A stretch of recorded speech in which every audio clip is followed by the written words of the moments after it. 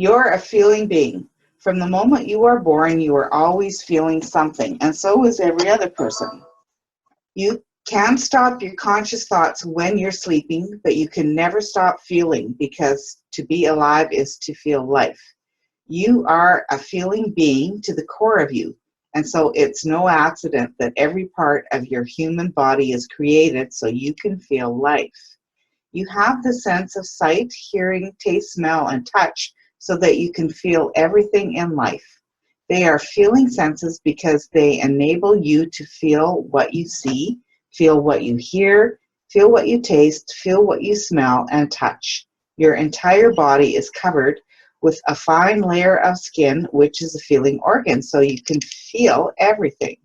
How you feel in any one moment is more important than anything else, because how you feel right now is creating your life. Your feelings are the fuel. Your thoughts and words have no power at all in your life without your feelings. You think so many thoughts in a day that don't amount to anything because many of your thoughts don't elicit a strong feeling within you. It's what you feel that matters. Imagine your thoughts and words as being like a rocket ship and your feelings as the fuel.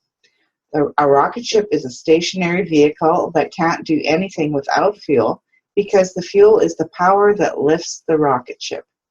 It's the same with your thoughts and words.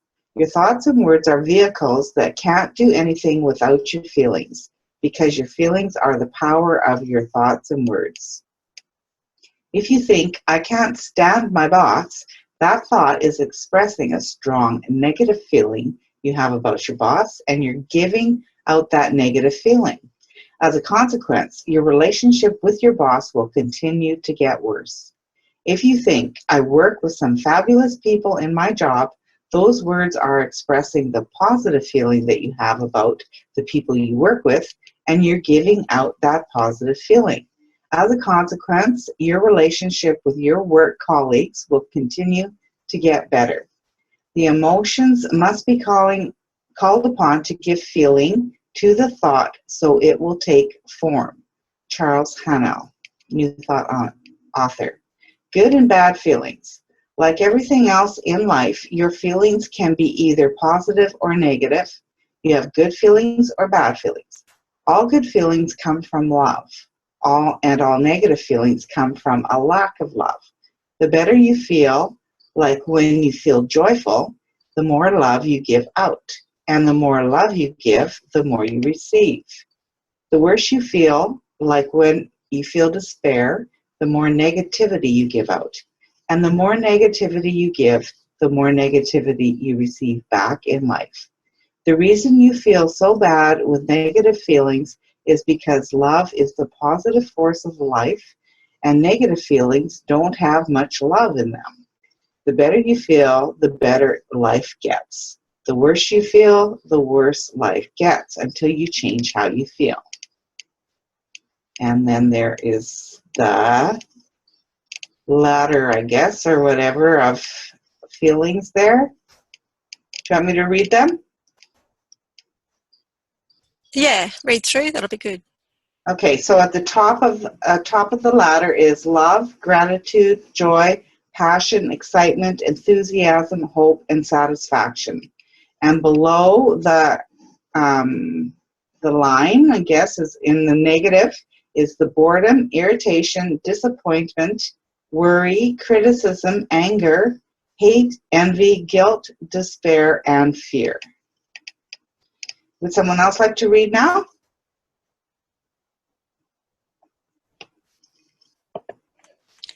I can take it. Okay. I'll read a couple of pages. Okay. When you feel good, your thoughts are automatically good too. You cannot feel good and have negative thoughts at the same time.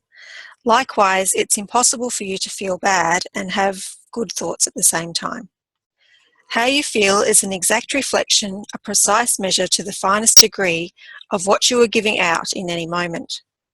When you feel good, you don't have to be concerned about anything else because your thoughts, words, and actions will be good.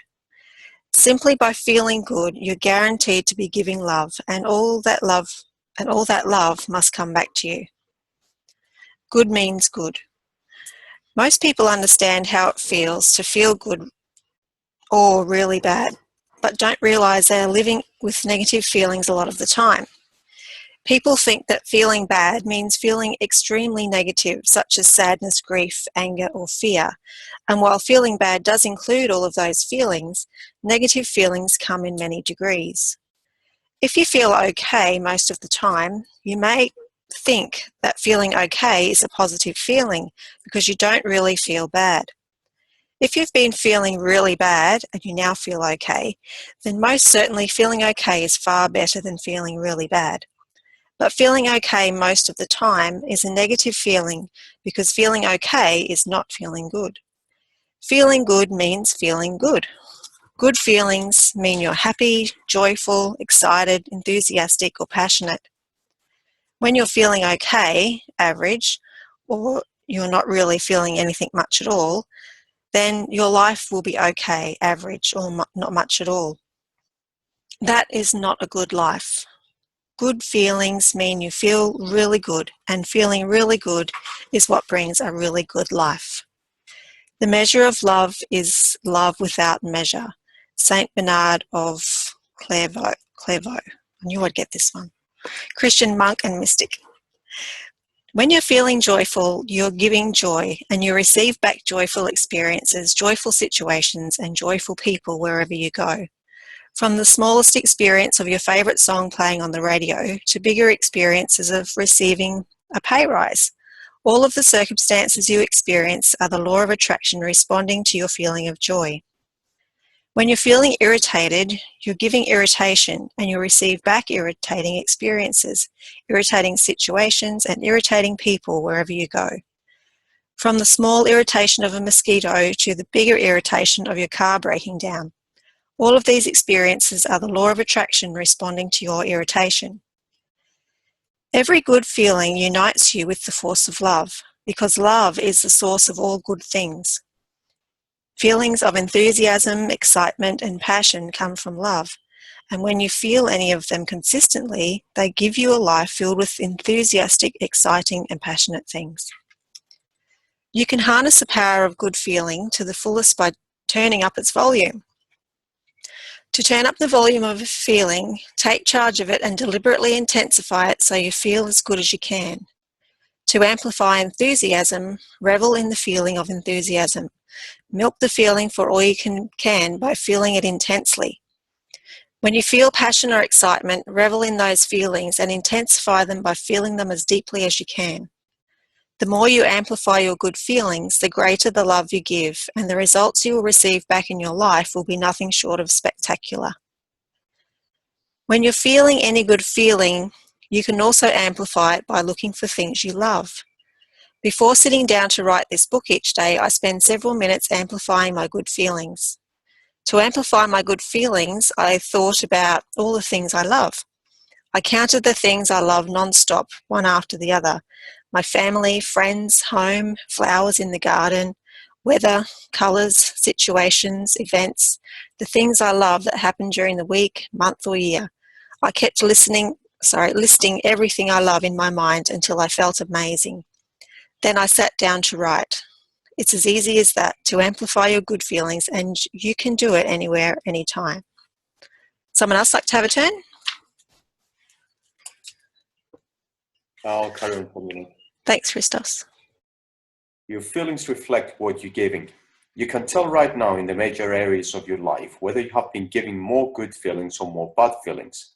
How you feel about each subject in your life, such as money, health, your job, and every individual relationship, is an exact reflection of what you have been giving out on each subject. When you think about money, your feelings reflect what you are giving about money. If you feel bad when you think about money because you don't have enough, you must receive back negative circumstances and experiences of not having enough money, because that is a negative feeling you're giving. When you think about your job, your feelings tell you what you're giving about your job. If you feel good about your job, you must receive back positive circumstances and experiences in your job, because that is a positive feeling you're giving. When you think about your family, health, or any subject that is important to you, your feelings tell you what you're giving.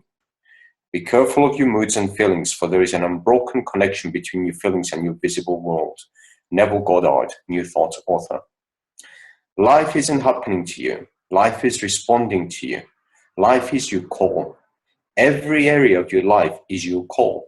You are the creator of your life. You are the writer of your life story. You are the director of your life movie. You decide what your life will be, or what you give out.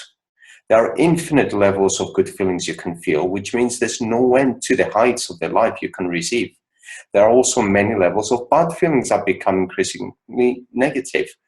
But with bad feelings, there is a bottom limit beyond which you can't endure, which forces you to choose good feelings again. It's not a fluke or an accident that good feelings feel amazing and that bad feelings feel really bad. Love is the supreme ruling power of life, and it calls you and attracts you through your good feelings, so you will live the life you are meant to live. Love also calls you through your bad feelings, because they tell you that you are disconnected from the positive forces of life. Everything is about how you feel. Everything in life is about how you feel. Every decision you make in your life is based on how you feel. The single motivating power of your entire life is your feelings. Whatever you want in your life, you want it because you love it and because it will make you feel good. Whatever you don't want in your life, you don't want because it will make you feel bad. You want health because it feels good to be healthy and it feels bad to be sick. You want money because it feels good to buy and do the things you love, and it feels bad when you can't. You want happy relationships because they make you feel good, and difficult relationships make you feel bad. You want happiness because happiness makes you feel good, and to be unhappy feels bad. All the things you want are motivated by the good feelings that they will give you. And how do you receive the good things you want in your life? Good feelings. Dollars want you. Health wants you. Happiness wants you. All the things you love want you. They are bursting to come into your life, but you have to give good feelings to bring them to you. You don't have to battle and struggle to change the circumstance of your life. All you have to do is give love through good feelings, and what you want will appear. Your good feelings harness the force of love, the power to everything good in life. Your good feelings tell you this is the way to what you want. Your good feelings tell you that when you feel good, life will be good, but you have to give good feelings first.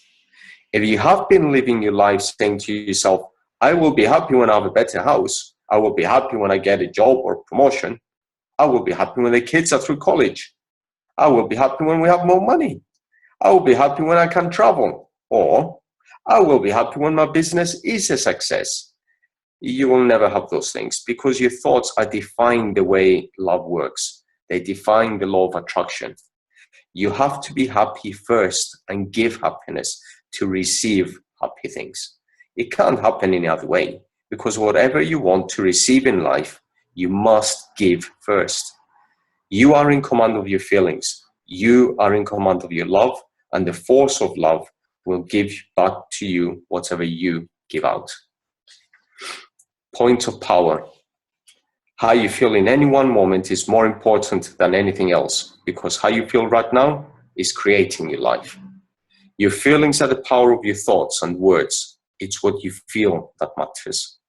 All good feelings come from love. All negative feelings come from a lack of love. Every good feeling unites you with a force of love, because love is the source of all good feelings. Amplify your good feelings by thinking about all the things you love. Count the things you love non-stop, one after the other. Keep listing everything you love until you feel amazing. How you feel about each subject in your life is an exact reflection of what you have been giving out on each subject. Life isn't happening to you. Life is responding to you. Every subject of your life is your call, and you make the call on everything in life by what you give. There are infinite levels of good feelings you can feel, which means there is no end to the heights of life you can receive. All the things you love want you. Dollars want you. Health wants you. Happiness wants you. Don't struggle to change the circumstances of your life. Give love through your good feelings, and what you want will appear. You have to give good feelings first. You have to be happy first and give happiness to receive happy things. Whatever you want to receive in life, you must give first. Thank you. She gets straight into it at the start. You know, you're a feeling being, so doesn't it make so much sense that everything revolves around feeling? Yeah, I'm starting to get that. Reading it in so many different places that I think it's finally starting to hit home. Yeah. Yeah. Yes. I spoke to somebody yesterday and she said, you're not you're an emotional being. So you're not an emotional thinking. You see, so why the word being already, being, I think Rhonda also elaborates on that. Before we read a book about Think and Grow Rich, and now that person told me you should be. Don't think too much. Just get out of the way of yourself, and then let it be. Just be love. And that resonates with me also. Like, you know, you're an emotional being, so move to what this book is telling me is move to the feeling of love. And then they also say, if you think or if you act and there is no feeling attached to it, then you cannot create it. And I think Ali also said that in our chats. You remember when he said that he found something, and basically what he found about all those emotions is you should feel. So you should mix your vision with the feeling. So where I'm now is, the last thing I want to say is, I'm trying to see my vision. No, I see my vision, and then I be my vision, and I feel my vision. I do not think too much about my vision, but every time I want to do something with my vision, I just be my vision and feel my vision. Because when you start thinking, sometimes it's, fear comes in, etc. And so being and feeling, that's the next level. Yeah, that simplifies it a bit, doesn't it? Yeah, because I think when you're thinking, when you're thinking, you're trying to justify how things are all going to come to fruition, right? And that's not our job. And it actually puts up resistance to accepting what is going to come to us, because it might not come in the way that we're envisioning, right? It might come in a better way. So thinking too much, I think, gets in the way sometimes. Yeah. And, you know, we can't stop thinking, and we do tend to go off on tangents automatically without really thinking about it. So we have to keep ourselves in line, but focusing on the feelings, definitely. Yeah, and being aware, the more that we become aware that we are having all these thoughts that are maybe taking us away from our goals, then you can bring yourself back into alignment. But most people don't even know that they're doing this, right? We at least have the benefit of learning that, hey, we can get off that tangent and that worry and that, how am I going to do that, and how am I going to pay my bills and all that kind of stuff. You can shut down those thoughts and try and implement some better feelings. Yeah. Imagine, because we're having to learn this the hard way because we've been trained the other way to react to our environment. Imagine if we got to the next generation and trained them up to feel first and then receive, what a different world we'd be living in. Yeah. How nicer and easier things would be. Yes. Well, we are training them. We are educating them to think first. So when they are born, they are just they don't think. They basically, they are the children. They are, they be, they are being. They're being there, being mad, being sad, being happy. And then we send them to school like us. And then they have to start thinking. And when they start thinking, they only use their part of their brains. The imagination is going out, and the emotion is also going out, because you cannot express that emotion right now here in this class, because that's not good. So we take out the emotion and we control the emotion. And then by doing that, we also are not creative anymore. So we take from them their creative power. Yeah. So and then later on, so we are the product of this system of doing it like that. And then now we are reading this book, and we are realizing is, hey, there are two emotions, the fear and the love. And if you feel love, then you can create. Isn't that good? Yeah, wish I'd known it earlier. You know, when we're talking about thinking, when you're going to talk about thinking, you've got to be able to differentiate between your definition of what you mean by thinking and what you're directing it to. Because what people do by default is they just continue their daily practice. 98, well, however much of the population, it's probably changed now, thankfully.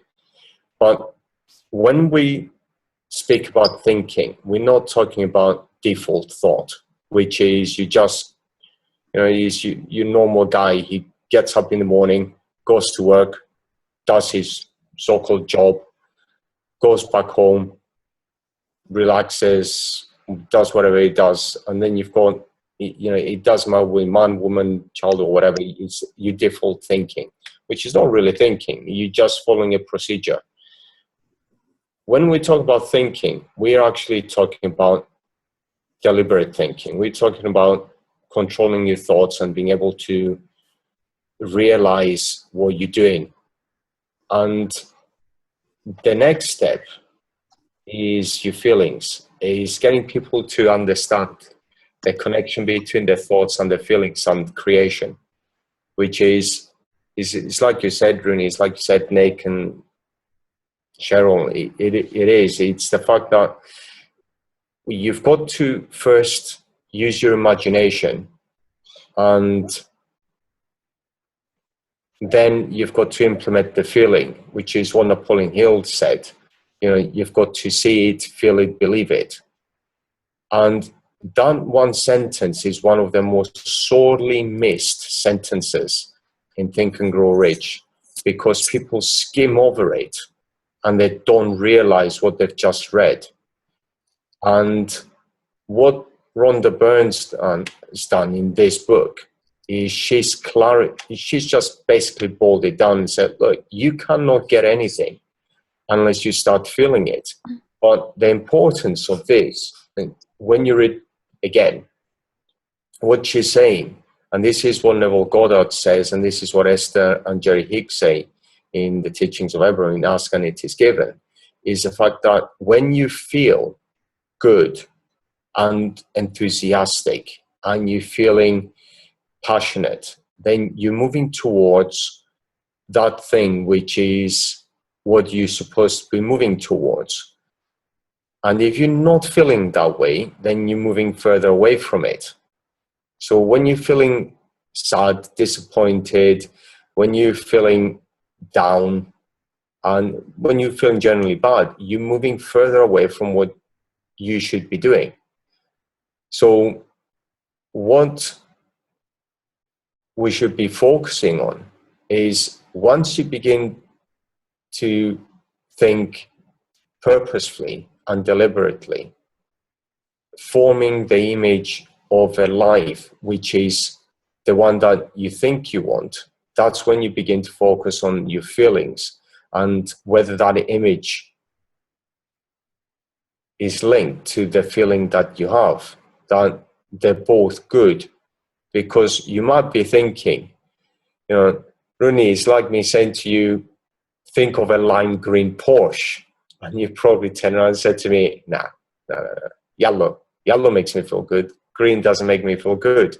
So even though it's still a Porsche, the color makes such a big difference. And that goes for absolutely anything. It could be just a slight shift to the left or a slight shift to the right. You could be on the right track, but you're not really shifting your emotion to the direction you want. It's like me. I started thinking out about the kind of car that I wanted, and I thought, yeah, I'd love a Jaguar XF or whatever they were. And eventually I thought I wasn't really feeling good. And I came across the Tesla, which is a fully electric car. It's absolutely brilliant for the environment. And that's what, the minute I found that car, I thought, that's what I like. That's a good car. It's good for the environment. And that's, that you're on the right track, because regardless of how much a Tesla costs compared to a Jag, it's actually more. The cost of the vehicle didn't matter. So what I'm trying to say is, when you finally get yourself on track with your feelings towards that which you should be moving towards and that which makes you feel good, everything else becomes irrelevant. Fear falls away because you found a feeling of happiness and joy, and you're loving what you're doing. And everything else really doesn't matter. It all falls apart. Fear plays no part. Disappointment has no chance. All those negative feelings, when they try to bump into what you want and what you're loving, they might as well be hitting a solid brick wall, because that is the strength of a positive feeling. And when you're loving what you're doing, then there's no negative comeback to it. But the importance, and this is where it takes effort, is actually maintaining that feeling. Because you're going to have times when you're going to be thrown to the left or to the right, and you've got to get yourself back on there. And what you've got to do is find something or some things that are going to get you back on there. Now, don't rely on anything materialistic. That's my personal opinion. Is something that I found for myself. I don't rely on the material things, because the material things will change. As you develop, as you reach certain targets, the material things will dissipate. They won't make a difference anymore. Certain things will, because they're things that you've hung on to. That's part of the ego telling you, you got to hold on to that. But when you get rid of everything, you've got to find something deep within that is going to bring up that joy of happiness and feeling. And for me, it's the thought of, what is it that we can give? Not just me as an individual, but all of us. What is it that we can give to everybody else the minute that we attain that level? Because not only is everybody else around us going to be able to say it, but we're just going to be continually growing with that feeling. And this is why the feeling of love is the highest. It's because when you've got a feeling of love and you hold on to it, then you emanate it. You say it's like a scent that you're sending out, and people can feel it. They probably don't even realize it most of the time, but that's what they're doing, and they're feeling it. And that's why you've got to get focused on the feeling. Everything revolves around feelings. And like Cheryl, is like you said, everything you've read up to now, everything is just directing you towards that thing. It's telling you, you got to focus on your feelings. And it's true. It is so, so true. Because the minute you do that, then you're on the right path for what you need to do for you to have the life that you are meant to have. That's my rambling done. Thank you. You're welcome. Yes. I think the two observations. The thinking, Christos, like you said, there is the normal thinking, and there is probably, you know, more about the different forms of it, but there is the higher faculties and the imagination, the willpower, all those things. So I realized by reading the previous book of Science of Getting Rich that there are other forms of thinking. I knew that there was a creativity, but I just make a distinction that there's thinking and there is this like normal sleep thinking. Sleep thinking is like automatic thinking. And you could have like higher faculties like imagination, willpower, maybe I don't know if gratefulness is a way of thinking or if it's an emotion, but those. So when you start using those thinking, those creative thinking ways, then I think you are in the creative mood. And the other one is just like reactive. So when you think like I hate you, and that means that's just like basic reaction. That's like response. It's not proactive. It is just reactive, etc. So most of the people are in that mode. And it has to do with the ego, because the ego is never imagining all kind of things. The ego is just like holding to fear and holding to the present situation. And the ego is not using the higher faculties. Maybe sometimes the ego can also use the higher faculties, but that's a difficult one. So I think that part of thinking, that we should use that more. But what impresses me about Rhonda is that she's right on, you know, the emotions. She doesn't talk a lot about visioning, etc. She's right on the emotion, and she's using the emotion of the heart. So there must be something with that emotion of love, why it is so important. I talked with a person, and she said, I think he said, the heart is like a time machine. So the heart is, when you go in the heart, everything in the heart is real. So if you are feeling good, if the feeling of love, if it is a feeling of love, then it is good, then it is real. And outside the heart, there are a lot of things that are not real, but we believe those things are real. You see your wife talking with another person, and you say, hey, that's not good, but that's not real. So if you go to the love part in your heart, then what is in your heart, and has to do with love, then that's real. Now the second thing is, you can use your heart to move to your vision. So it's like a time machine. When you are in your heart, when you are feeling good, like Rhonda is saying, then what you are actually doing is you are not in the future, you are in the now, you are moving towards your vision, you are creating it. It's like beaming you from this place, from the now, to the other place in the now where it is real. So that's what I'm doing more and more. I'm just in the now, and I'm just in the heart, and with my vision in the heart, with my vision in the now, and then feeling love. That's it, creating it all the time, and not thinking too much about the future, because somebody also told me this week, and I'm just telling you this to see how you react and what you think about it. Is somebody told me, just live 10 seconds, 10 increments. Look 10 increments, 10 seconds, 10 breaths, 10 heartbeats away. Just live in the now. Don't live in, you know, what am I going to do in about 1 hour, 2 hours? Live in the now. And by living in the now and loving what you see right now, then I think it's a very powerful to create.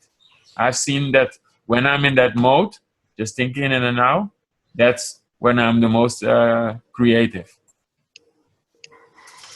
You know, guys, the reason why Napoleon Hill calls it Think and Grow Rich is because there was a misunderstanding. Well, in the mind, you have the conscious mind and the subconscious mind. The conscious mind is the thinking mind, and the subconscious mind, the language of the subconscious mind is the emotions. So it's not really the pump that we call the heart to the Greeks is what the heart is, but the subconscious mind. And whatever is impressed into the subconscious mind is how we're vibrating. It's what sends out the energy into the universe, and that's the law of vibration, which is the primary law. And then the law of attraction attracts to us whatever it is we are vibrating. So the secret is actually saying or pretending as if the law of attraction is a primary law, but it's not. It's the law of vibration, because you have to be vibrating something before you attract something. So the reason why a lot of people have watched The Secret but it wasn't working for them is because they didn't know that it was just a secondary law. You don't actually get what you want, you get what you are. And what you are, you can choose. If you have like a seed and it's an apple, I don't know, do you say in English a seed, an apple seed? Do you call it a seed? Yeah. Yeah, we do. Yeah. Okay, so the apple seed contains the information of becoming an apple tree, and it can't be anything else. And same thing with the orange. An orange seed contains the information of an orange tree, so it can't become anything else. And what's unique about us is that we can vibrate any way we want to vibrate. And Rooney, the six mental faculties that you were talking about, so most people create from the outside in, using their senses to create the same of what they see with the five senses. So the mental faculties, the way to create from the inside out is if we use our perception, meaning we choose the perception that feels good to us, using our will to be disciplined, to focus on the new results that we want to achieve. Instead of looking at the bank account, we look at our goal card, for example, where it is written that we want to achieve this goal. Our reasoning factor is the third one, where we reason for and not against ourselves. So let us find reasons why we are going to succeed on the things that we want to succeed in. The fourth is the memory.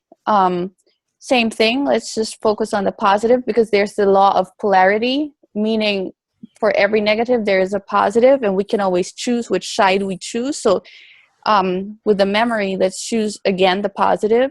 And we've got the imagination, which you guys already talked about, and the intuition. And what I like about the intuition is it was said that when we pray, we're talking to God. When we use our intuition, God is talking to us. So if we stay in a vibration that's pretty high, the intuition that we get is the intuition in that vibrational frequency. And if the higher it is, the more we'll get of those things that we want in life. Anyway, that's what I wanted to add to what you guys were saying. Awesome. Thank you very much. Welcome. Thank you very much. And how do you, because we just question, you said the heart. I visualize the heart, of course, the heart, but you are right. It is the subconscious consciousness. It is it is not that pump, you say. So how do you link the higher faculties, the thinking? How do you link that to the subconscious, to the heart? Is it like when you are talking, when you are having a goal, etc., that you are just impressing it to the heart, isn't it? You are impressing it in the subconsciousness, and what the subconsciousness hears, it will do. Yeah, exactly. So the mental faculties are actually in the thinking part, and the subconscious is the one that controls our actions.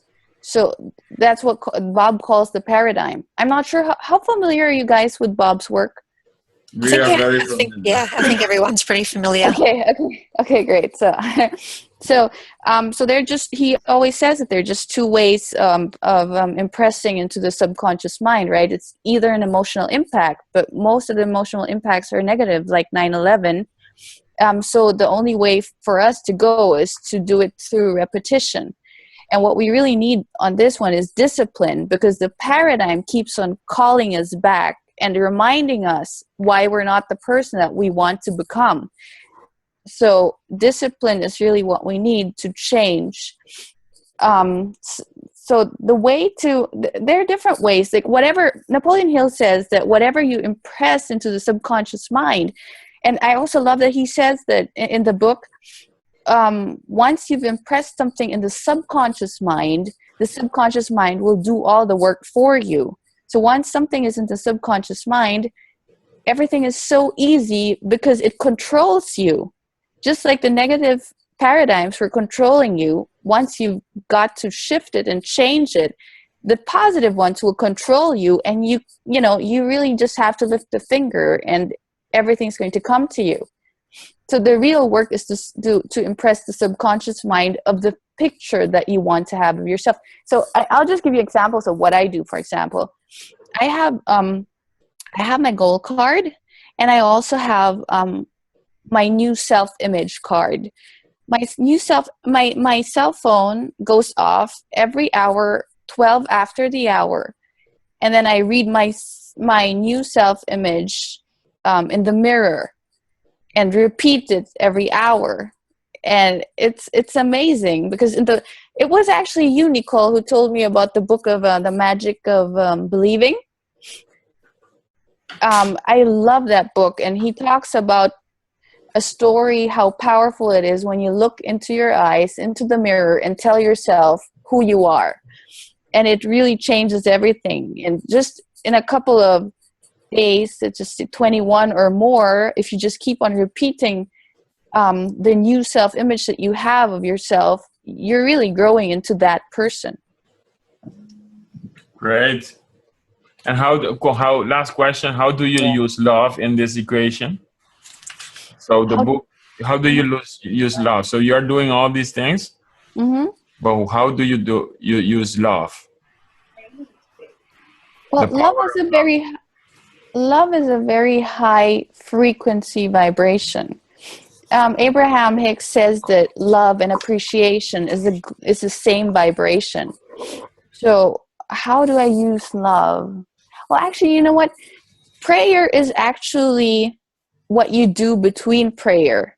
So prayer is about every moment in your life. It's not just the writing the gratitude list. It's not just the kneeling down in front of God and asking for something. So prayer is really the vibration that you send out most of the time. And so what I do all day, every day is to be conscious about how I'm feeling of what I'm doing. Because there's just two ways to feel. It's either positive or negative. And our feelings are connected to our thoughts.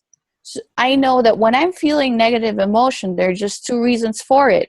It's either I'm thinking about something that I do not want and therefore attracting something that I do not want, because that's the vibration I'm sending out. Or I'm thinking of something that I do want, but I'm doubting that I'm going to get it. And then I tell myself, because I grew up in a Catholic family where they say that, a sin is something bad. So I tell myself, you know what, doubt is a sin, so you shouldn't doubt. And so I just when I ask myself those things, what am I thinking about? Am I thinking about something that I do not want, or am I thinking about something I do want and I doubt it? I'm already aware again of where I am, and I say, I am where I am. This is what I want now. So every moment I do that, and that's why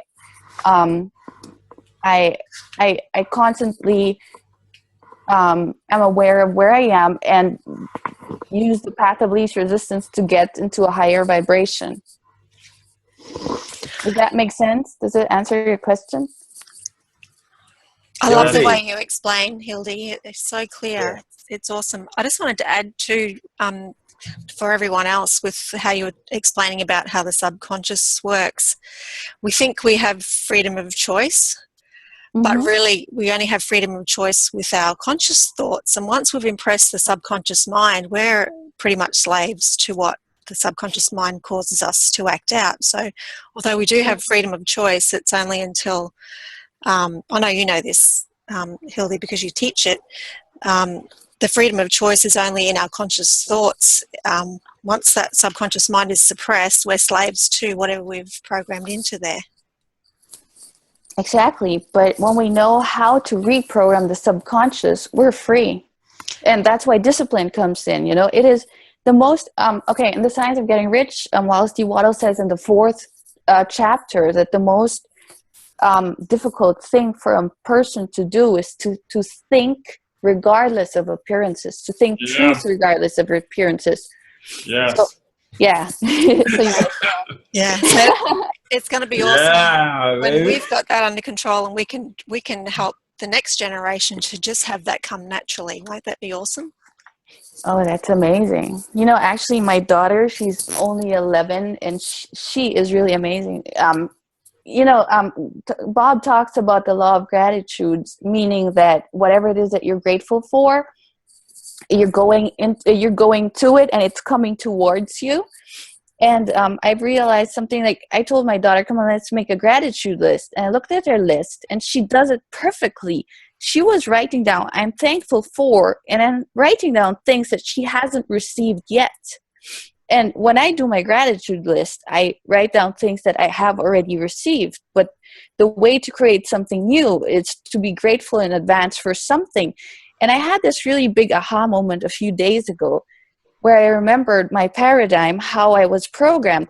My mom would always tell me, don't count the chicks before they hatch. Yeah. Yeah. So when I was aware of that paradigm, I'm going, oh my God, I'm still going to change this. Yeah, count the chicks before the hatch. Yeah. There are a lot of chicks. You have all the chicks already. Yeah, apparently as a child I used to do that, right? Or else you wouldn't tell me. I wanna add something also to this, yeah. Sure. Because we think. Let me say, I want to make it easy, but also it is a little bit difficult, more difficult. It's easier but difficult. So we think we have the whole future. You see, we have, like, I'm talking now about procrastination. We think we have the whole future in a life, and you know, I'm going to do this next year. I have a dream, but this dream is not. It's a dream next month. Next month I will start with the dream. You see, I'm not thinking about the dream, but I will start next month. There is another concept. If you see your life like this is the last day of your life. So if you wake up with the sense like this is the last day, suppose that this is the last day of my life. So then, you know, on that last day, you would want to do, to feel the best day in your life.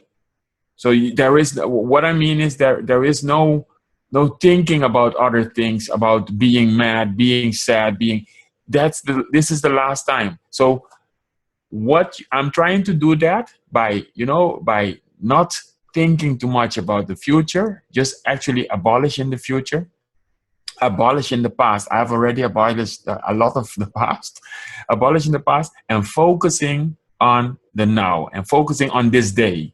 So focusing within the day, you focus on the now or the 10 seconds. And then the day, you just experience the day like this is the last day of my life. So this is the day to live my life, to live my vision. This is the day to feel my vision. This is the day to be emotional about my vision. I think when that happens, although we are eternal beings, but we are eternal in the now, you see? And I think, Hildy, what the seed is doing, the orange seed, and the apple seed is doing, and we can learn from the apple seed or the orange seed. The orange seed is thinking, it's not thinking, but let's suppose he or she can think. They are thinking, this is my last day. I am an orange tree all the time. So they have no things like, okay, I'm going to be eaten.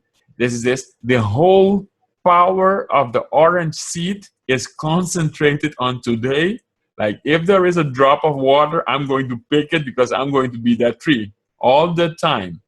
So I think the orange tree lives like it is her last, the orange seed lives like it is her last day. Now we have much more options. We are much more than the orange tree.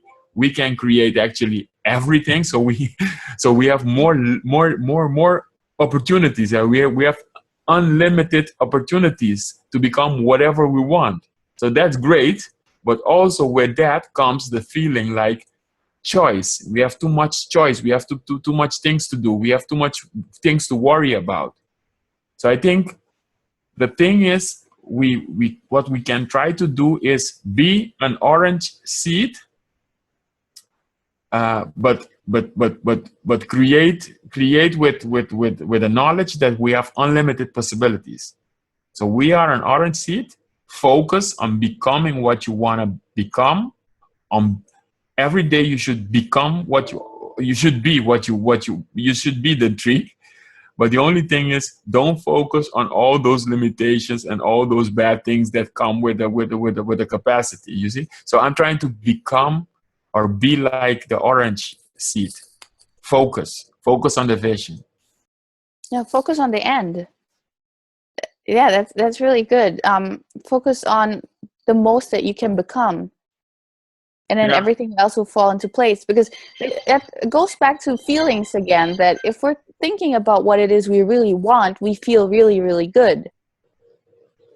So it is being that orange seed, as you were saying. So for me, the picture is being the orange seed. Mm-hmm. And with the orange seed being and the vision is, there is one single vision, and that is like, I want to become I am the orange tree in potential, and I am right now. I'm not a seed. I'm the orange tree. I'm just growing. I'm the orange tree. The only thing, stay with the focus, but knowing that you can become everything you want. So you should have you could have the focus of the orange tree, mm-hmm. on that single vision, and believing and feeling that you are it already, but only choose from the unlimited possibilities. I mean, you know. So the Porsche and the villa and all those things, that is basically one vision. And when I focus on that, I am that already. And then we have a lifetime, so we have more days, so we can choose for another vision later on when we achieve that. We have more possibilities. But I think my point is, how can we just move to the next level? Just not waiting, anticipating for something to happen, but just be it, become it, do it. How can we leave the outer world? You know, I want to close my door. Mm-hmm. Let me just wait like this. I would like to close my doors for the senses and what they are telling me about all the negativity. And I want to open my eyes, of course, and my ears for all the positive things in the world. But I want to be focused on delivering. I don't want to get distracted on what is happening and all the bad things, etc. Because those are things which are not always, that they are already there. So I want to focus internally.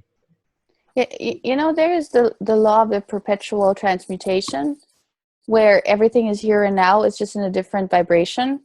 Like if you take water, for example, it can be fluid, and it can be in a form of gas, or it could be hard, depending on what state it is in. So whatever it is that you can imagine, it is already created. You just have to get into that frequency. So what you got to do is shut down your 5 senses and ignore it completely, and go to your mental faculties and use those. So there is no lack at all. Within 5 to 10 minutes, you can be that person that you want. Let's just say you want to be an Oscar winner. So what you do is you just go to a quiet room, sit there and relax, and imagine, okay, chapter 4 again of Science of Getting Rich, where he talks about there's this thinking substance that penetrates and permeates, and it whatever you impress into this substance, it causes the thing to become in the material world. So, but we shouldn't care about the material world. Within 10 minutes, we can become whatever it is we want to become. Just close your eyes and and just feel like an Oscar winner or whatever it is that you want to be, and you will feel no lack. Yes, everything is there. I think it is. Sorry that I interrupt. I think everything is there. So what you're saying, and indeed, everything what we want, what we desire, is already there in the now. It is already there. It is an unlimited possibilities. It's there, and the only thing we have to do is become it, feel it, become it, and we pick from the unlimited possibilities. We pick what we desire. I mean, it's like the Garden of Eden. You are just, every day you are just picking what the best thing. But I feel with you, Haley, because you say just ignore what is happening out there and then focus on your inner self and on creation. On the mental faculties. Yeah, and a lot of people would tell you, I mean, maybe your friends would tell you, you are crazy. You are not hanging out with us anymore. Rooney. Yes. Question for you, buddy. When you started talking initially, what was that? You said you were talking about a person that was saying something to you. And they told you what? Do you remember? Yes. They told me, live in the 10 increment, 10-second increments. The one before that. Just be. Let it be. Yes. Right. Let it be. Stop putting you by what you're already saying. When Nicole puts this up, listen to the way you're talking. All right. Mm-hmm. You're already putting the resistance in there. By already saying, I'm finding difficulties, you will find difficulties. It's like with me when I started this, my little journey, and I was saying to Stabriana, I'm missing something. Yeah, I'm right, I was missing something. Yeah. Because I kept telling myself I'm missing it, so I wasn't going to get it. Mm-hmm. So I stopped saying it, and I just let it be. Bob Proctor wrote a book, and the book's called, what is it? You Were Born Rich. Yeah. Yeah. In one of the chapters, it's actually called Let Go and Let. It says Let Go and Let God. Right? You might, if someone doesn't believe in God, that's fine. Call it infinite intelligence, call it source, call it spirit, call it whatever you want. The point is, like Hildy says, what you got to do is this is where you use your thinking ability, your imagination. Use your imagination to see yourself already there. Once you see yourself already there, you've got to see something that you have an emotional attachment to. If you have no emotional attachment to that thought, you are never going to put it in your subconscious mind. That goes for everybody. Mm-hmm. We never will. This is why Hildy mentions the subconscious mind. The old Greeks used to call the heart. They used to call I can't remember the saying now, but basically what they implied was that the heart was the center of everything. That is, whatever you put into your heart, then it would remain there. But we now know that that's a subconscious mind. This is what we call the emotional mind. This is why now, instead of people talking about the intelligence quotient, they talk about the emotional quotient, the quarter, because the emotional quarter they found is more important than rather than intelligence. How much are you able to feel, and how much are you able to control your emotions? And are you able to focus on those emotions? By focusing on your emotion and what you're imagining, what you're seeing, what you're visualizing for your own life, if it doesn't feel right, you're not going to visualize it. It makes no sense whatsoever. You know, it's like driving, it's like saying to yourself, you know, I want to do this, but I don't really want to do that. I'd rather do this, but I want to do that. Why?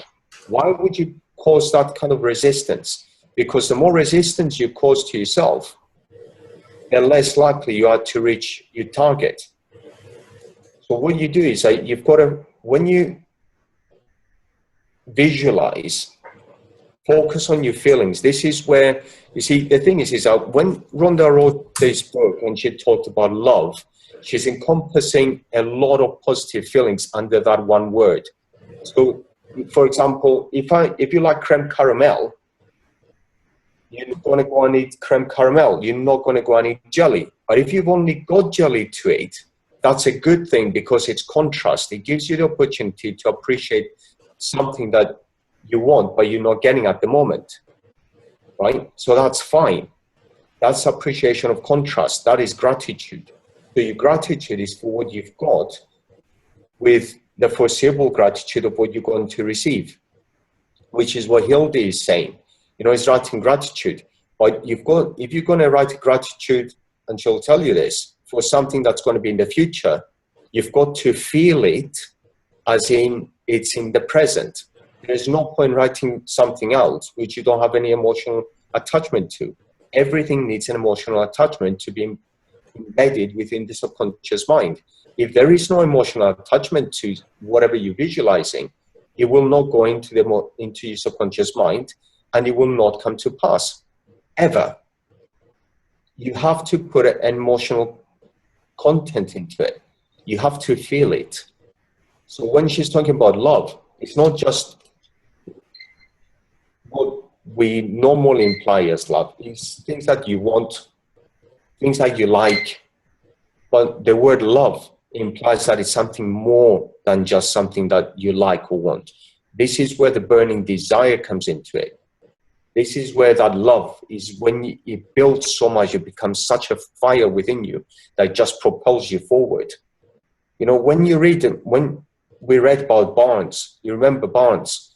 Barnes had such a love to go and do this thing with Edison that nothing went in his way. And that is what happens when you get such a thing within you. Everything else falls apart. If things are not falling apart, then you haven't been building that burning desire enough. And you need to do that by focusing and holding the visualization of what you want to be, do, and have on a constant basis, which is why, going back to the chapter on faith in TAGI, he says, read it every morning and every night. Because that's, as soon as you wake up, that's when your mind is more pliable. You're more likely to get something in there. But it needs to be done with emotion and feeling and belief. And before you go to bed, and this has not been proven as well scientifically, is that the last 5 minutes before you go to bed, whatever you put in your mind, whatever you read within those last 5 minutes is what it gets worked most by your subconscious mind. So by lying down in bed for the last 5 minutes and you're visualizing yourself, this is what I want to be. And this, you know, you run to your motives very, very quickly. You're building such an emotional fire behind it, it's going to get embedded within your subconscious. And you do that within, you know, for that amount of time, for 30 days, it's going to get embedded. But they'll tell you, do it for 90 and you'll never ever leave. It will become a habit. And this is how everybody lives. We live by habits. You know, it's those little things that everybody's told us in the past. But I've learned one other thing recently, and it's something that Lorraine mentioned. And it's something that I missed when I read Wishes Fulfilled. And I read a couple, and I can't remember what else I read. And it's the sense that once you, and this is the teachings of Abraham, when you have that thing that you want, and you're loving the experience, you're loving the journey, you're loving being, you know, seeing yourself on that direction, and everything is coming together. And all the people, all the forces, all the opportunities, the circumstances are just coming your way on a constant basis from directions that you wouldn't even consider, it doesn't really matter where you've just come from. All that matters is that you're moving forward. So you focus on the forward. And this is where you don't start thinking about, what if? Never mind the what ifs. The what ifs are the things that you should have done, could have done, and may have done, but you didn't. And the buts are the reasons you give yourself for not to do something, which is why we find ourselves in situations sometimes which we don't want to be in, because we keep using excuses of buts and ifs.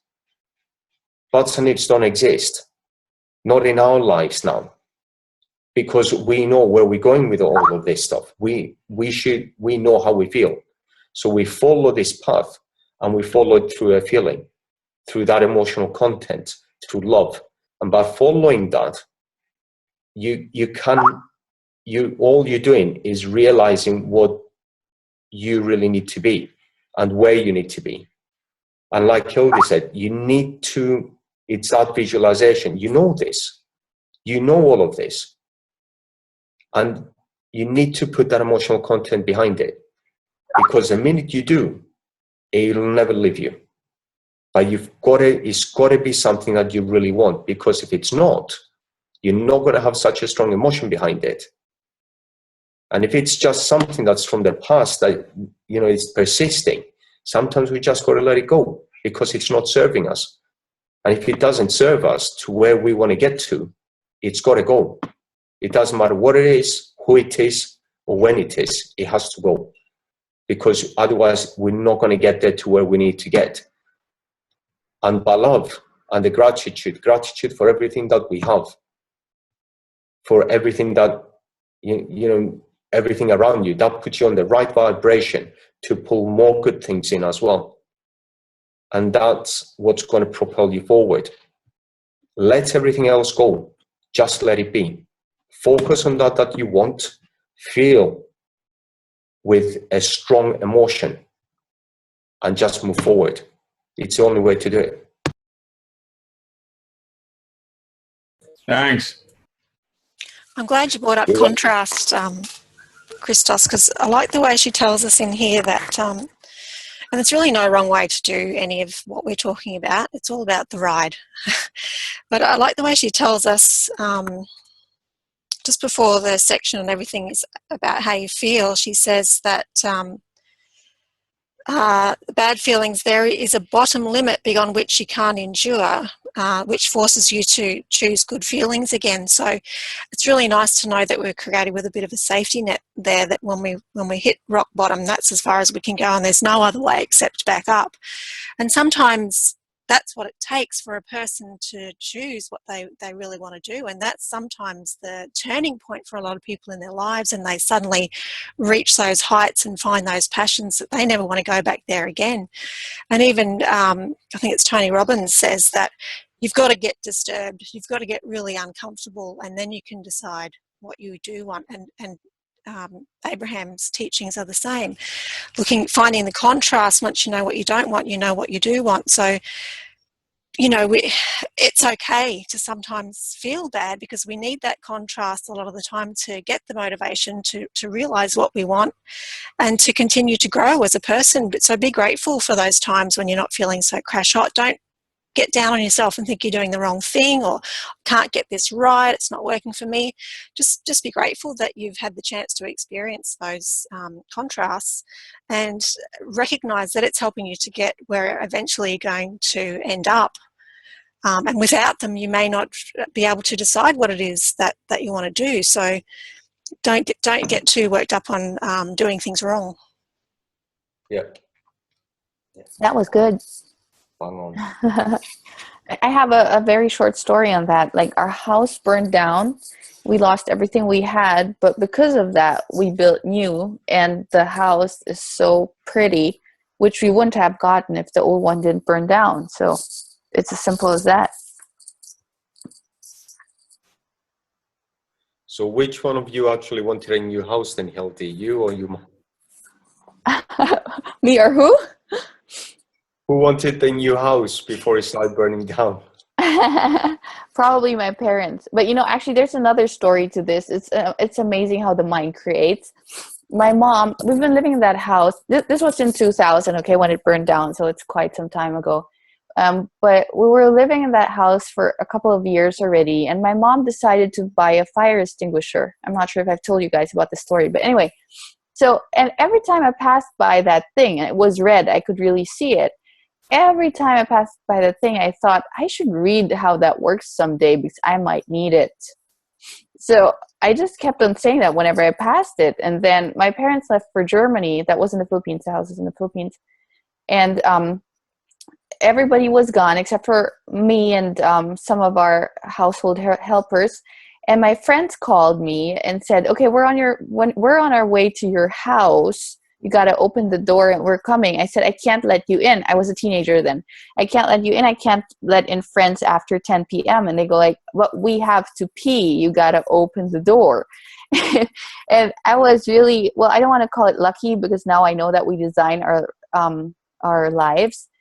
But if my friends hadn't come, I would have been stuck in that place because we have bars in front of the doors and the windows and everything. So nobody can come in, but nobody can go out as well. But anyway, what I'm saying is your mind really creates your reality, because I was saying for many days before the house burned down that I need to find out how that works in case I need it. Yeah.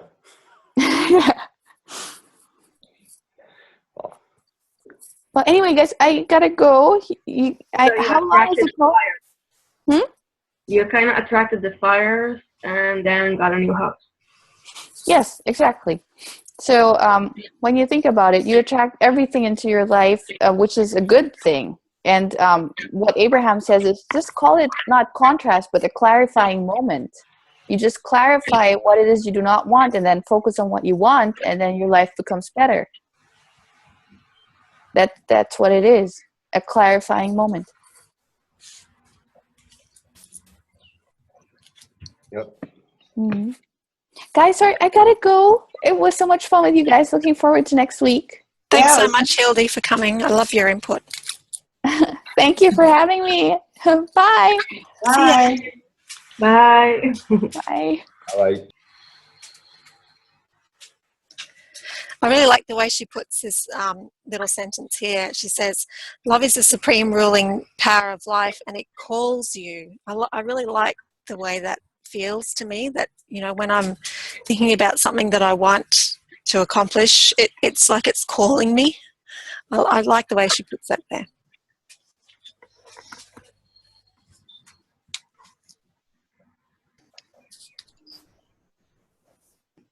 And this is really cool, and I think it says the same thing pretty much in the ask and it is given. The better you feel, the better life gets.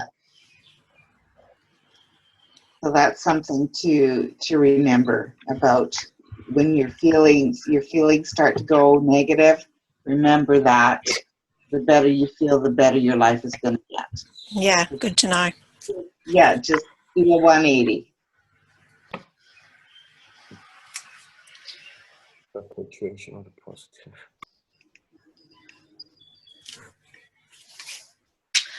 Wow, that's been another really good chapter again. She's really got her finger on it, hasn't she?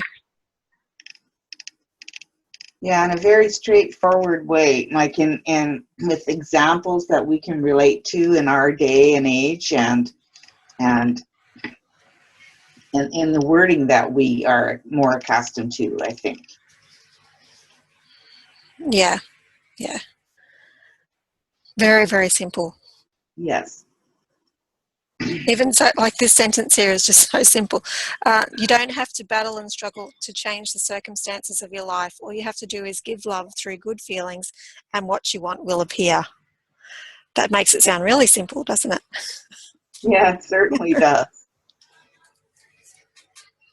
And, that's one thing that I've been catching myself doing. I think you go through phases of getting something under control, and then you realize that there's something else there that you were doing all along, but you weren't realizing it yet because you were working on something else. But trying to figure out solutions to things that aren't quite the way I want them yet, that's something that I've picked myself up doing in this last month. And so that's my next thing that I'm working on at the moment, is stop trying to sort out the problem. Leave the Great. problem, focus on what you want, the problem will sort itself out. Yeah, that's how we were taught, that we had to control everything, right? Yeah, Really hard habit to get out of. yeah. And you do it subconsciously, and I'll be doing it subconsciously, and then I'll think to myself, what am I thinking about? Because I'll notice that I'm not feeling so crashed. What am I thinking about? Why am I thinking about that? I don't need to work that issue out. It's going to work itself out as long as I focus on what I want and feel good about what I'm focusing on. That will be worked out in the process. Yeah, it's all about trusting and believing, right? Exactly. And that gets stronger as you go along too. Yeah, I believe it does. And you know what? Like, you can, when I've been reading this Ask and It Is Given, they talk about if you're having negative feelings, don't assume that you can talk yourself into going from like the bottom of the ladder to the top. Don't beat yourself up over that either. Just try and move up the ladder kind of one at a time, which I thought was interesting, because I'm always, if I'm having a bad day or feeling bad about something that's happened, I kind of feel, I kind of beat myself up and go, well, stop it, like, smarten up. You got to turn your feelings around. But Abraham says, don't assume that you can like make a massive jump. Just work on a little bit at a time. Yeah, and that's where you can use your higher faculties, so you can look at it from a different perspective, try and get a different angle on it that makes you feel a bit better. Or maybe, this is happening because such and such, or maybe that person's having a bad day or is having a fight with their spouse, and that's why they're being so horrible to me and making me feel bad. There's always another way to think about something to take the pressure off you having to feel a certain way about it. And she touches on that in here, actually, when she's talking about just feeling okay. If you're just feeling okay most of the time, that's not positive, that's negative. But if you've been feeling depressed or anxious or in fear, then feeling okay is a step up, so that's good.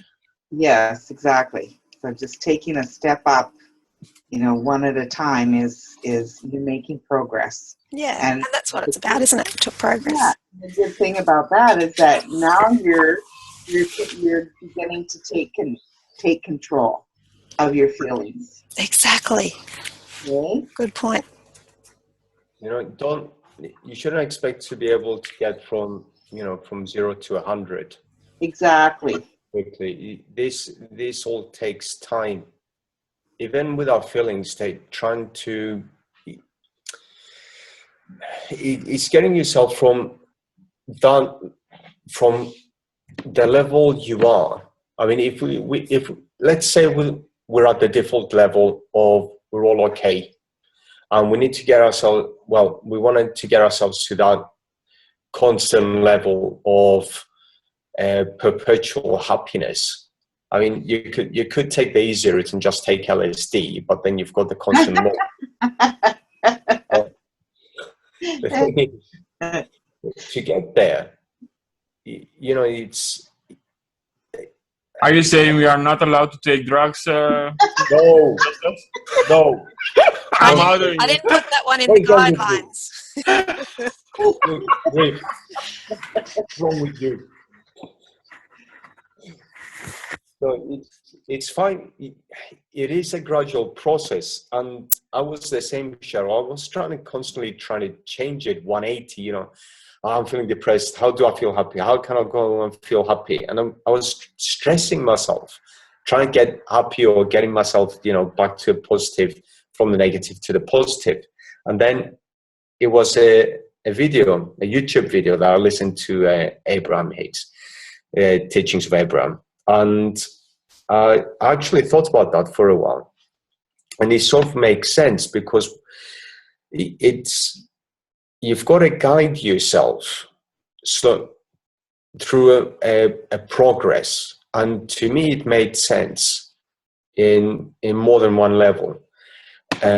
I'll explain it on a physical side. I've got a friend who went for the Special Air Service in the UK, and I hadn't seen him for about 6 to 7 months. And I said to him, "How are you doing?" And he said to me, yeah, I've been training and doing this and that. I said to him, "Well, how have you been training?" For the fun dance. Now, the fun dance is a run over the Brecon Beacons, and it goes over the highest point of the Brecon Beacons. And he said to me, "Well, the first day I went for a walk for a mile." I said, "Right, okay," because I know that he can do 8 miles very easily. I said to him, "Right, okay." He says, "But for that mile, he just pushed himself." I said, "Did you carry any weight?" He said, "No." I said, "So you just walked?" He says, "Yeah, in trainers." And I just looked at him. I said to him, "You are kidding." He says, "No." So what he did was he progressively improved his fitness. So he went to walking in trainers as fast as he could for that mile. And then what he did was he did that for a week. Then he did it with weight, and then he did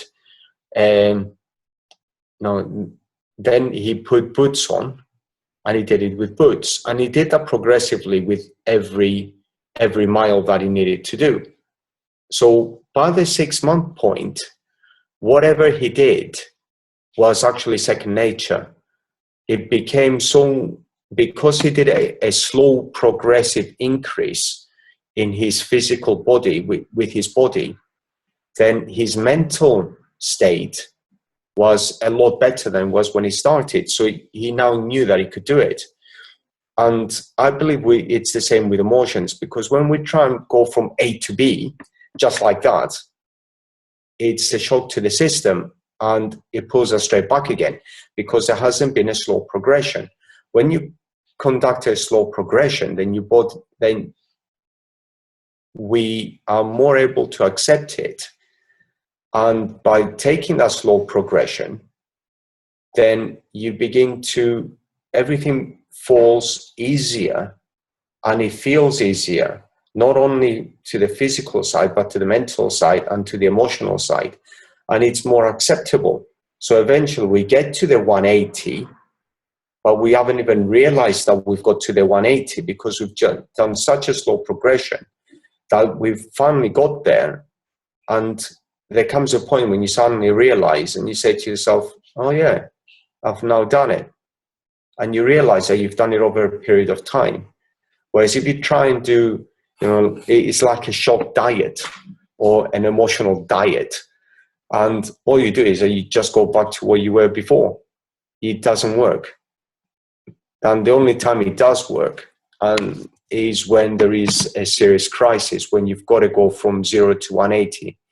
That's the only time it does work. But the rest of the time, it needs to be a gentle alteration in an emotional state. And that's what I've realized anyway. That's true. It makes perfect sense. I've just set a whole new goal from this call. And it is, I want to be alive to enjoy a whole generation of feeling beings living by their higher faculties. I want to see that in this lifetime. Oh, that would be so cool. Yeah. So I reckon I can live for another 3 lots of births of from birth to adulthood. Another 60 Maybe. years? Maybe. Maybe not. Well, Maybe not quite that long, but almost. If they overlap a little bit. I was listening to something today about the body, and apparently scientific fact. Every 11 months, our cell regeneration, and basically every 11 months, we're a different person. So all the cells that we have today in 11 months, we won't have any of the same cells that we've had today. And the idea is that if you can hold on to positive thoughts on every part of your body, you could theoretically change yourself from having any illness to having no illnesses whatsoever, and to getting younger as well.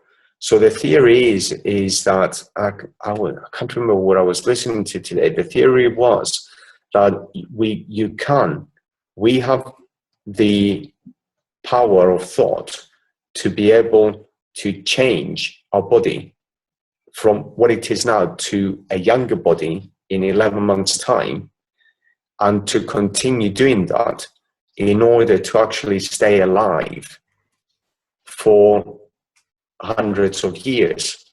It sounds nuts in one side of the sense, but the more I'm learning about the power of the mind and emotion, and especially with S, he did it with Jack Canfield, gave him a phone call and got rid of his flu. Sekona method or something, I can't remember what it's called now. But it's basically the use of the mind to release a cold, a flu, or any illness whatsoever. And it does work. So if we can do that, then there is no reason why we can't do the opposite. So your I think it's just finding the mental Sedona method. Sedona. Called the Sedona method. No, the only reason I've thought about that, Nico, is what you just said, that you want to live through to see other generations. There's no reason why you can't. Yeah, so I'm going to look that up.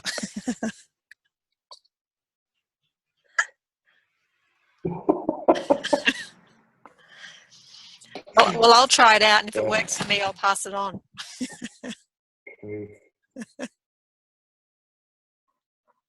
Well, that's it. The thing is that provided that we believe it, we actually feel that it is possible, then anything is actually possible. I know it sounds like, right, go and take your tablets, bloke, Christos, go and get your tablets because you're sounding, but the more I read about this, everything's beginning to make more and more sense. There isn't anything that we cannot do. See, even when I was doing my teacher training, I always believed that every child has the ability and capability to be and do and have whatever they want to be. And people say, no, because, that you get different levels of intelligence. And I thought to myself, that's got nothing to do with it, because not everybody wants to be a brain surgeon. Not everybody wants to be a pilot. Not everybody wants to be a bin man. But I've come across some lads and they said, I want to be a bus driver. I said to him, seriously? That's the top of your life? You want to be a bus driver? And he says to me, yeah, what's wrong with that? I said to him, I'm amazed, because this lad was getting straight A's in school and all he wanted to be was a bus driver. And I thought to myself, all right, this is years and years back, so I didn't understand all of this. I thought to myself, what a waste of intelligence. Whereas now, I'm looking back, I'm thinking, he is happy driving a bus. Everything else is irrelevant. And provided that he's happy, that's the main thing. And that's when I realized that everybody's got the ability to be, do, and have whatever they want, because not everybody wants the same thing. But, yeah. Yeah, so exactly. I was listening to Abraham yesterday, and she was talking to a mechanic, and the mechanic was having doubts about, was that the one you sent through? Or might have been the one after? Yeah, that's the one I sent you. Yeah. So whatever our passion is and whatever we're driven towards, that's the power that we're summoning from infinite. So we can choose whatever we want. If we're happy to be a bus driver, we can be the best bus driver on the planet if we're willing to open up and allow our passion to flow through what we're doing. Yeah, exactly. And that is where we block ourselves, because we're not allowing that flow. This is what I meant, Rooney. This is, you know, you want to do so much, but what you're doing is we create our own blocks, buddy. And we all do that. We create our own blocks. We create the walls that stop the flow of that infinite intelligence, God talking to us. And it's not that it doesn't happen. I'll give you guys a story that I said to Nicole. When I first came over to Cyprus 3 years ago, and I was talking to my godmother, she has this concept which I found really, really strange. And it is, when you pray, she said to me, we pray all throughout the day. And I said to her, well, why do you do that? Why don't you just pray once? She says, because the gates of heaven only open at certain times during the day, and we don't know the times that they open. I said, right. She says, so we pray all day or every day, hoping that we're going to catch the gates when they're open. And even then, I thought to myself, what a strange way of thinking about it. Because as far as I was concerned, the gates of heaven are always open. They're not always closed, they're always open. So when you pray, the prayer goes out there. And during the past couple of months, when I've been reading this, I suddenly realized something, and especially the past couple of weeks, is that we are constantly receiving the information that we need to live a good, the life that we want to live. As in, the abundant, the prosperous, the rich life, the happy life. Everything that we want, we're constantly receiving it. The issue is that we are blocking it, and it's releasing that block, whatever it is, to get the messages just to continually flow. Because once we ask, it's always given. We don't need to repeat it again and again and again. I mean, the reason we do that is so that we begin to believe that these things do actually happen. That's why we repeat it, is so that we believe it. But once we believe it and we understand that that is how it is, that once you ask, it is given, because it is a given. That's the law. It never changes. It's like gravity. You ask it, you're going to get it. What we do is that we block receiving it. And that's what we need to do. We need to allow ourselves to receive. And I think that's where I am at, which is allowing myself to receive and finding a way. But I think by even saying that, I'm blocking it, if that makes sense. It's funny. It's kind of like there are gates that only open from time to time, but we're in complete control of them. Exactly. They're the gates in, not the gates out. Yeah.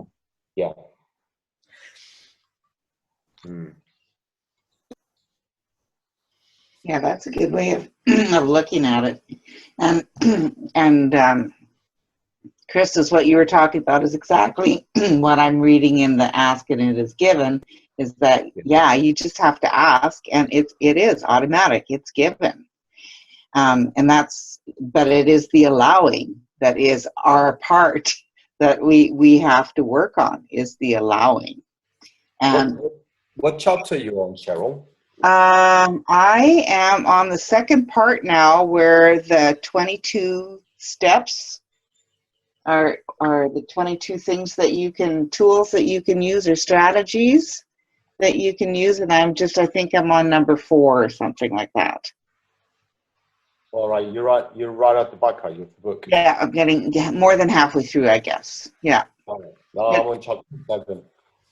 Yeah, and it really lays it out well, explaining how we might think we're asking, but really we're we're not asking. We're asking for the thing that we don't want because we concentrate too much on the lack of what it is that we want rather than having what we want.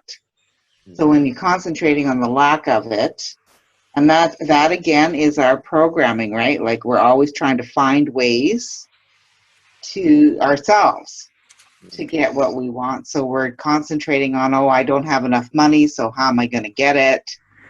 And that is actually disallowing the automatic flow of what it is that we want. Yeah, you see, it's asking how am I going to do it, Exactly. which is what you never ask. It's you've got to ignore the outside. What I've found is that the application of what Rhonda says in the power, and applying feelings and how you feel on a certain subject, I found that very, very helpful for myself when it comes to determining whether I'm on the right path or not. Because if I feel a little bit of resistance, then I realize that I'm not on the right path, and I feel the resistance rather than thinking it more than anything else. So by applying all of the principles, including the power of the emotional side, then I found that the power of the emotional side is actually one of the better sense of guidance that you can have, and that's what they say as well. Exactly. Yeah, it's no, it's a very powerful concept, and once you've actually grasped it, that's when you know you can move forward.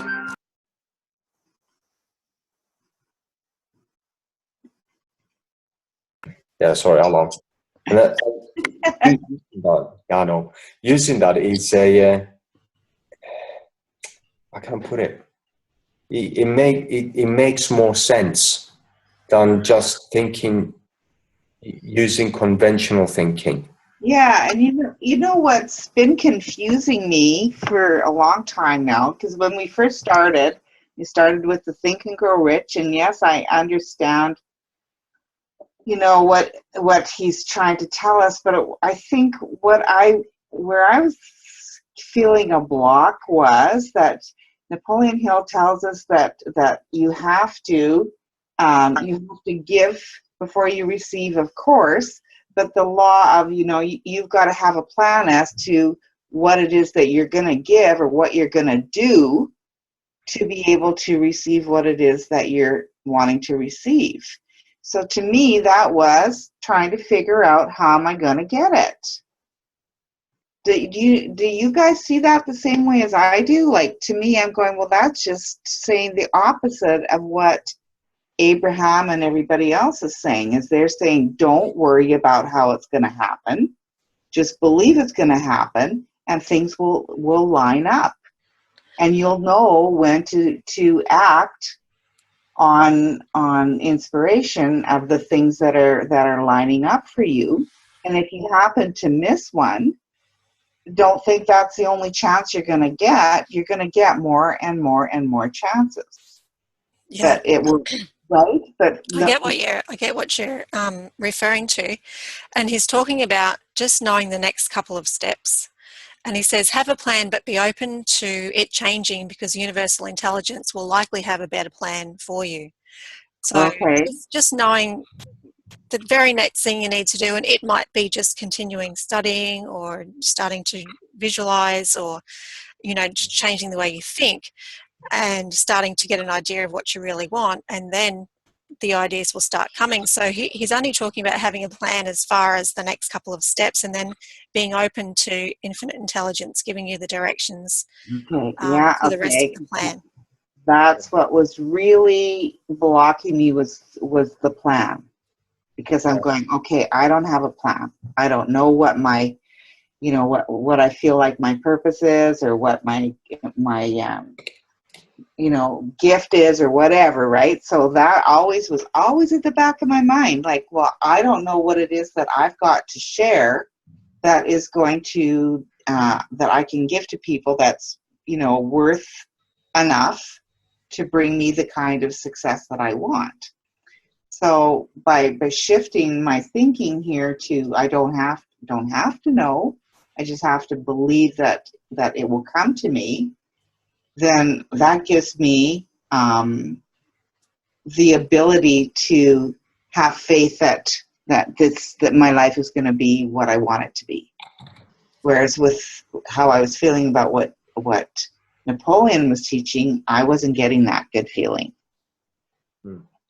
See, I was getting a bit confused about the plan thing as well, because it was a little bit odd. And then I reread chapter 1, and it says, what is it?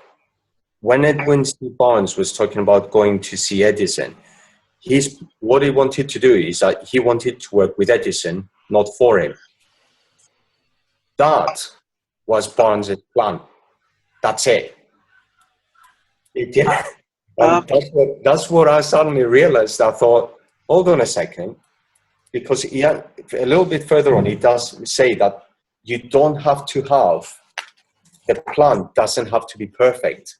It doesn't have to be specific. You can change it as you go along, like Nick says. It's not like, right, I've got it, because this is what I thought as well, Cheryl. I actually sat down at one point, I thought, how on earth am I supposed to figure all this out? I don't even know what's going to come next. Right. Yeah. Well, that's when I started getting a little bit frustrated and confused and everything else. And I put the book down. I went away. I came back. And for some reason, I opened up chapter 1, Infinite Intelligence. But I didn't know that then. So I opened it up and I read Barnes. And then I saw, I can't remember. I didn't want to read it. So I turned a couple of pages. And that's when I saw that little paragraph about the plan. It doesn't have to be perfect. And that's when I got it. That's when I realized what he's saying is, look, all you got to have an idea is, what is it that you really want to do? Where is it that you want to go? That's the plan. It's not a case of figuring out, right, you know, I've got to go and do this and do this and do this. First, figure out, what is it that you want to do? Right, I want to do this. Right. Do you need any specialized knowledge for that? It's in the book. Do you need specialized knowledge? Yeah. Right. Well, go and get specialized knowledge then. Where are you going to get it from? I don't know. Go figure that one out. So you see the little steps as you go along. And sometimes you don't even need to ask how. It's like with me, and I was saying this to Nick. When it comes to speaking and, you know, speaking in front of people, it doesn't bother me. But if I'm going to do it, then I want to do it properly. And Stavriana once mentioned that she was Stavriana is a lady I know over here that's part of Bob Proctor's TIR, and she's a good friend. And she said to me, "Oh, I remember her mentioning that she's in Toastmasters." And I looked Toastmasters up, and it was, you know, they do a lot of talks, and it's an organization that helps you develop as a speaker. Right. I mean, I thought, you know, yes, this is something I want to do. And I felt it. I felt the love for doing this. And I thought to myself, right, I'm either going to try and figure a way to do this, or I'm just going to let it come. So I just let it be. My partner, she does little bits and pieces, a thing called decoupage. And she met a lady called Sandra. Sandra's son is part of Toastmasters, and that's how I got into the Toastmasters. Oh, cool. Okay, yeah. So I knew what I wanted to do, but I didn't have to figure out the how. You never ask the how. The how comes. Okay, gotcha. But what you can do, and this is when Nicole and I had this discussion, was, right, you can say to yourself, for example, right, what I want to know is, and this is a question you send out to universal intelligence. Mm-hmm. You don't try to figure something out. It's something you ask. You say, right, what I want to know is, how am I going to get from this point to this point, because I can't see it right now. And you're asking a question and you let it be. And the answer always comes.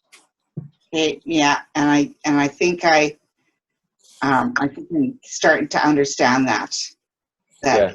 It's it probably is reading Napoleon Hill's too literally, maybe, what he was trying to say and not getting the underlying message. Yeah. Yeah. You see, that's the thing about the book itself, about Think and Grow Rich, is that it's got a lot of stuff in between the sentences. It's not when you first read it, you don't have to understand everything. If someone wants to just get from point A to point B, they can pick up the book, do what it says in the book, and they'll get there. As in, literally do exactly what it says in the book. As it says in the book, you don't need to understand infinite intelligence or go to the next level of thought. Just do what it says and you'll get to where you're going. However, every now and then you'll come across people like us where we read the book and we think, I want to know more about this. Yeah. And you start looking into it.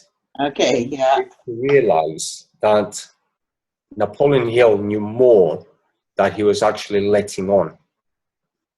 Because at the time, if he let on anything else, then people would have put him inside a nuts asylum. Exactly. Right. I think there was someone mentioned that, or he had written that somewhere. He wrote it about Marconi, when Marconi found a way to transmit radio waves. His friends put him inside an asylum because they thought he was going crazy. Yeah.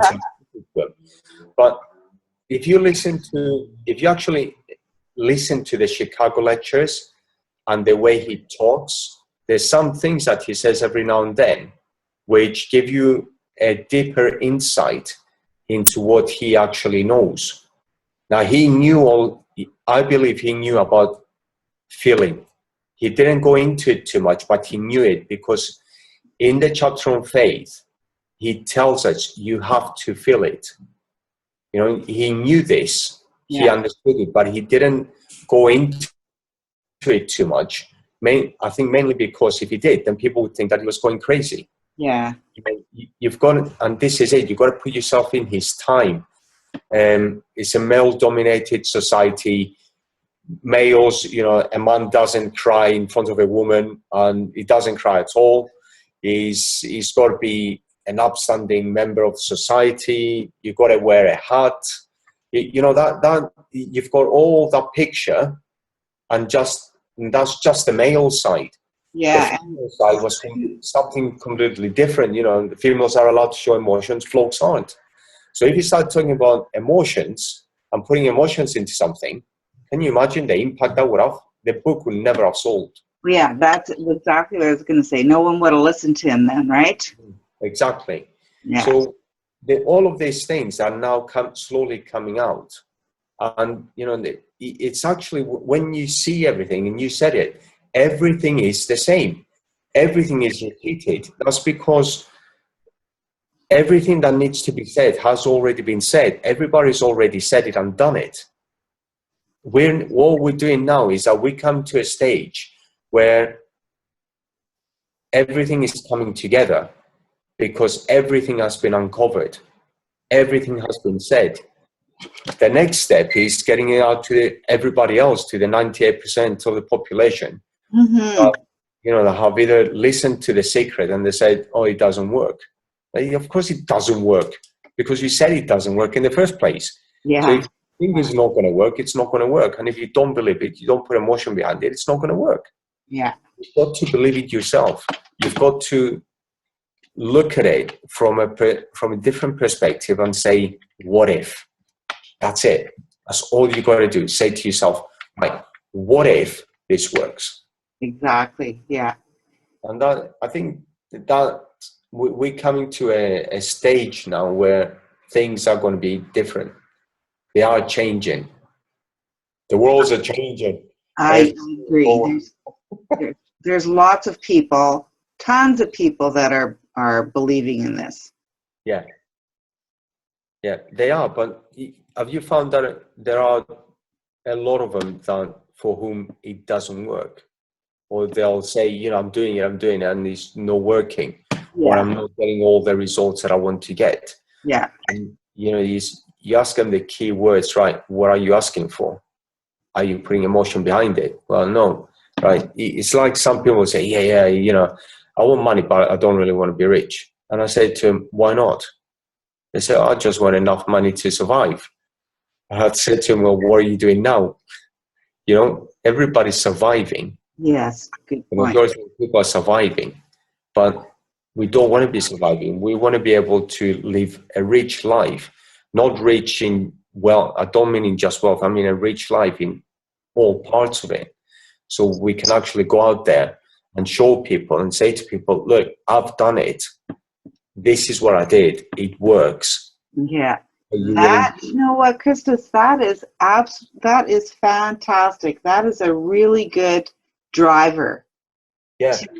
to why you should want to succeed at this, and that's, it's just another really good reason, is so Yeah. that you can show people that it works. Yeah. I mean, that's the main one. This is why Napoleon Hill said, you know, what is that saying? The one about showing people first. Yeah, to tell people what you want to do, but first show it. You know, and he tells you, write it out and put it somewhere where you will see it every day. And there's a reason he says that. It's because people are less likely to believe you if they don't see it. Yeah. Whereas if they see it, and they'll say, right, how did you do that? You know, what changed? You know, and you were saying it's like your family situation that, you know, that got better because of a simple change of thought. There was something that, it was one of the weekly ones that Dr. Dyer they do from Hay House, and it was one of the sayings that Dr. Dyer had about looking at things differently with family. And one of my work colleagues wasn't looking forward to his mom and dad coming over. And it just so happened, he doesn't have a Facebook, but he's got a Twitter, and he's subscribed to my Twitter, and I put the stuff on Twitter as well. So he saw it on my Twitter, and he thought about it, and he says, all I did was, instead of thinking to myself, you know, oh, good grief, my mom and dad are coming over, and they're going to be telling me this, they're going to be telling me that, and so on. He says, I just looked at it differently. I changed the way that I looked at it, of them coming over, and the visit has been absolutely great. And I said to him, all it takes is perception. He says, yeah, but you know, he says, it's so simple, but I never thought about it. And, you know, when he said that to me, I felt good, because I thought, you know, when I put that out, I actually didn't really want to put it out, but something told me to do it. So I did. Cool. Exactly. So, you know, when he said that to me, I thought to myself, you know, I've made someone happy, and it just so happens that it's not just work colleague, but it's good mate. And it's good. You feel good about it. Yeah, and if you can just help one person, yeah, it's worth it. It's worth all of the studying and everything. It'd be nice to help millions, but if you can just start with one, right? Yeah. Well, that's it. Really cool. Really cool. Well, I think you and I are the only ones left on here. Yeah, I think so. All right, Carol. No, I'm listening. Oh, really? hi. No, I'm listening. Oh, are you there? Oh, hi. Yeah, of course. What do you think? You just leave? Okay. We're going to leave right now. I see you now. Okay. Well, guys, I'm going to have to leave because it's 1 o'clock in the morning my time. Yeah. I need to get to bed. I've had 3 hours sleep from yesterday morning. Okay, really good. Well, thanks for sharing again, Christos. You always teach me so much. I hope I do. I hope I don't confuse anybody again. All right. Have a good day. Have a good night, wherever you are. Yeah, you too. Talk to you next week or for Saturday maybe. Oh yeah, definitely. Okay. See you later, buddy. Next week. Good night, Gilly. Good night. Bye. Okay, well, I'm going to sign out to you guys. Talk to you later. Bye-bye. Bye. See you Saturday. Okay, you bet.